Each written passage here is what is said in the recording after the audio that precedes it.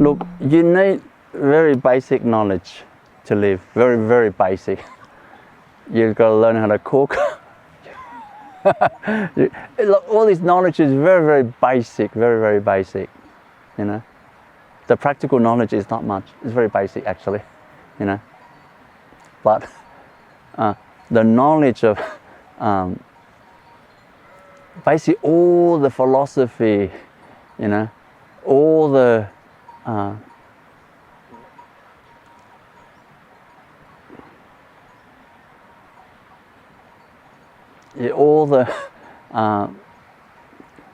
look, all the things that when you disagree with someone, you don't like it, it upsets you, all those knowledge. For example, if someone says to you, you're cooking, that knowledge, a practical knowledge, that they say to you, look, if you boil an egg, you boil for 5 minutes, it's about right. It's about right. And then you disagree and you say, no, it takes 10 minutes. You're not going to be angry about that, are you? Tell me, are you going to be angry about that?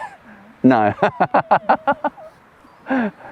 See, because that's practical knowledge. You need those practical knowledge to live.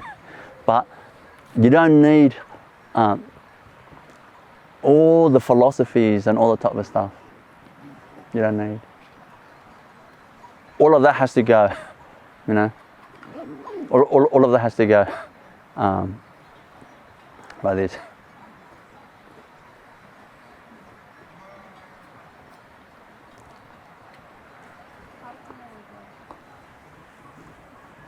One of the fastest way to let it go is, you're doing it right now, all of you, is to be in the presence of a master. You're doing it right now. I'm telling you that. That's why the scriptures, the Indian scriptures, you know, written by masters, they say, you know, at the lotus feet of the master, everything, liberation will be bestowed.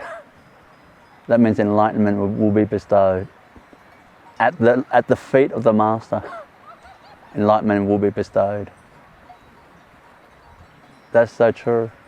That's so true. That's so true. I want to share another story, like I really like. It's a true story, this one.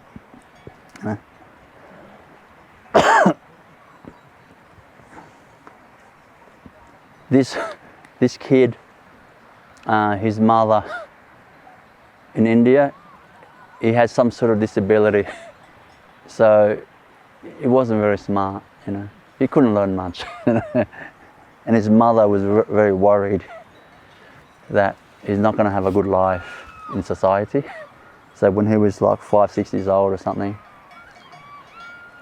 his mother decided to give him a chance. His mother's going to take her child to give it to the sage, you know, like this master, this enlightened master that lived in that town. So she went to the master to give him a chance, because the master can train him up and bless him and all that type of stuff, you know. So he has a chance in life. So anyway, his mother came and begged the master, look, my child's got no chance. He's absolutely, he can't learn anything. He doesn't remember anything. He doesn't, you know.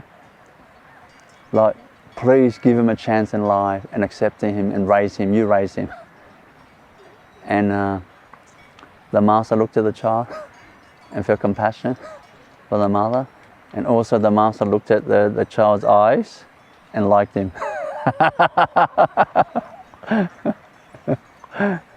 You know, because he wasn't very smart, you know. He wasn't very smart. and masters that really like people who are not very smart. I'm telling you, that's how, you know, like that's why Jesus liked to look for like fishermen, you know, because they're not very smart. You know, not very smart. So anyway, And his mother said, look, he can't do anything. He'll only do, all he does is eat.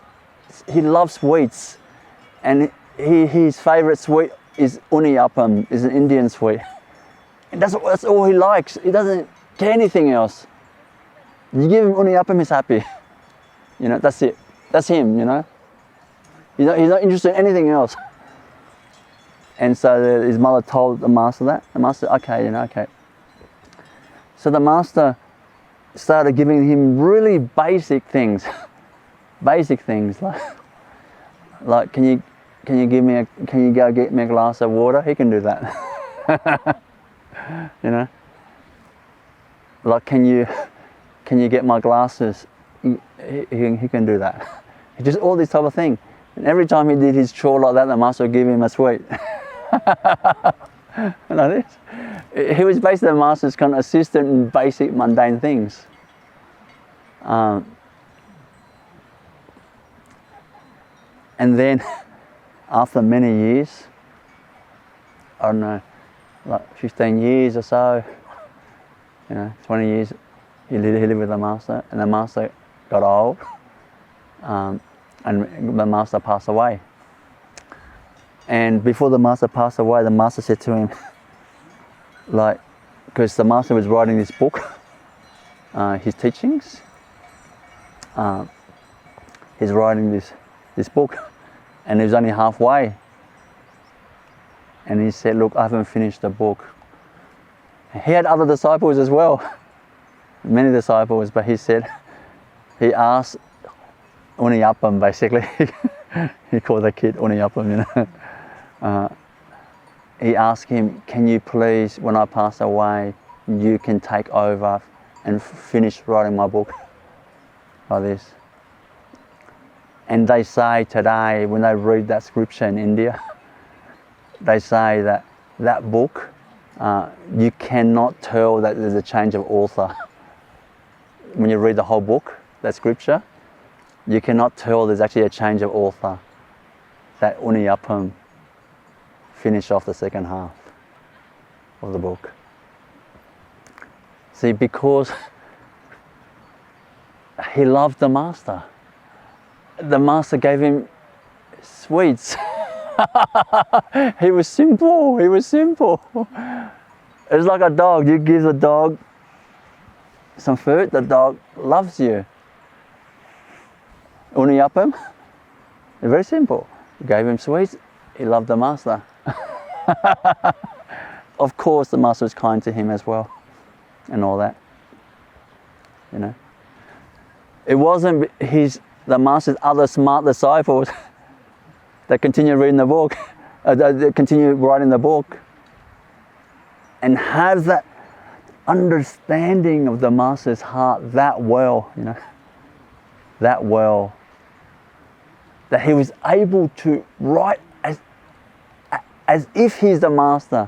He obviously became the master. He obviously became an enlightened person. Otherwise, how can you continue? How can you continue? You know? But that's what I want to share with you, you know? Like this. When you meet in close proximity and spend time with a master, a true master, their knowledge, their way, their truth is absolutely invaluable. Absolutely invaluable. Because when you don't know, you can waste not years but lifetimes, absolute lifetimes, you know. And you turn into that brother that knows all the answers, knows all the mantras, knows how to say it perfectly and everything, you know. But the other brother, it's too difficult for me. I just can't. I can't pronounce it well, you know. And that's the one that's walking on top of the water, you know.